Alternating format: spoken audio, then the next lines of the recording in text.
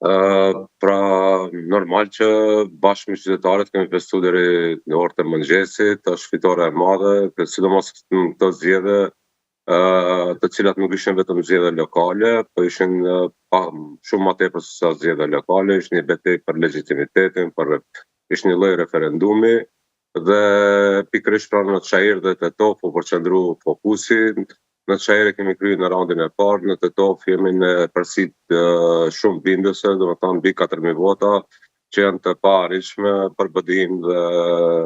opozitën shqiptare, kështu që u vërtetu fitoria e Vlenit në zgjedhjet e kaluara parlamentare dhe në këto zgjedhje lokale, dhe na mbetet pra që fillojmë me premtimet dhe programit që kemi premtuar para qytetarëve. Ju në fakt, si kundërshtat fituat garën për kryetar të komunës përballë zotit Bujar Osmani, njëkohësisht jeni drejtuar dhe kundërshtarit tuaj, duhet thënë politik, zoti Ali Ahmeti, duke i thënë që të dorëhiqet.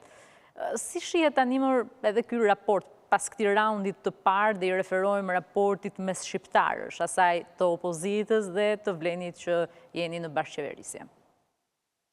Mendoj që prej dje në Maqedoni ka filluar një erë e re politike, pra është një gjenerat e re në qeverisje, u përmbyll ajo periudha 20 vjeçare e BDI-s, e cila është tjetërsuar krejtësisht, do kenë kohë tash në opozit, pra që t'i kthehen vetvetes programit, ideve, figurave i pret reforme të.